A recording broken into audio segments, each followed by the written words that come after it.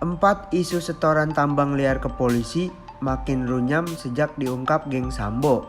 Ferdy Sambo mengaku pernah menandatangani surat laporan hasil penyelidikan tentang tambang ilegal yang diduga ada keterlibatan pejabat Polri. Surat laporan yang dimaksud Sambo adalah laporan hasil penyelidikan atas dugaan setoran tambang ilegal ke petinggi Polri yang ditanganinya ketika masih menjabat Kadif Propam Polri pada 7 April 2022 lalu.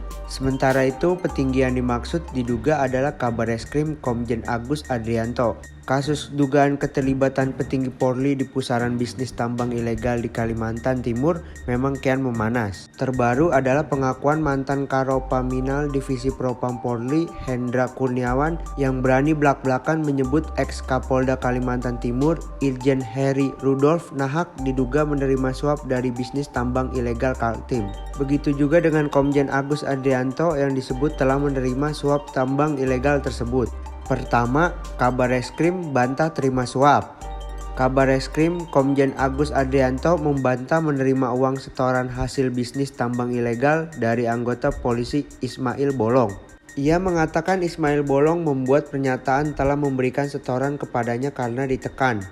Belakangan, Hendra Kurniawan membantah memaksa Ismail Bolong membuat testimoni seperti itu. Agus menyebut surat laporan hasil penyelidikan terkait dugaan setoran uang hasil bisnis tambang ilegal di Kalimantan Timur kepadanya tidak serta-merta membuktikan bahwa ia melakukan perbuatan tersebut.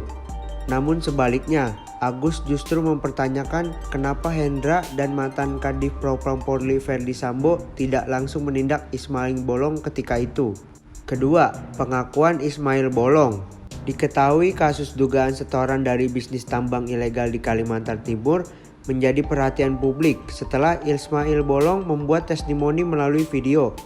Ismail mengaku sejak Juli 2020 hingga November 2021 menjalankan bisnis tambang ilegal di daerah Desa Santan Ulu, Kecamatan Marangkayu, Kabupaten Kutai Kartanegara. Ismail dalam pengakuannya mengungkap dalam sebulan mendapat untung sekitar 5 miliar hingga 10 miliar. Ia juga menyebut petinggi polisi lainnya yang menerima setoran. Kemudian Ismail Bolong membuat klarifikasi dengan mengatakan video testimoni sebelumnya yang dibuat pada Februari 2022 itu di bawah tekanan dari Hendra Kurniawan. Ketiga, pernyataan Ferdy Sambo.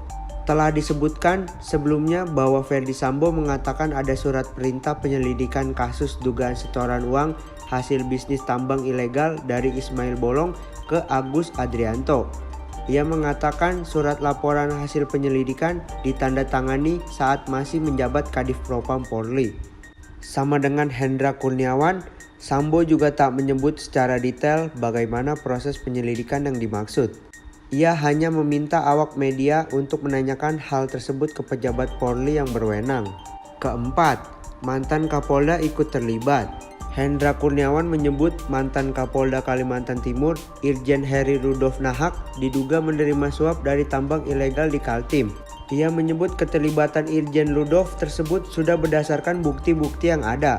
Hendra mengatakan suap tersebut diduga dilakukan menggunakan mata uang Singapura. Disebutkan juga Irjen Rudolf diduga menerima uang senilai 5 miliar rupiah. Namun Hendra meminta awak media untuk bertanya lebih lanjut kepada pihak terkait.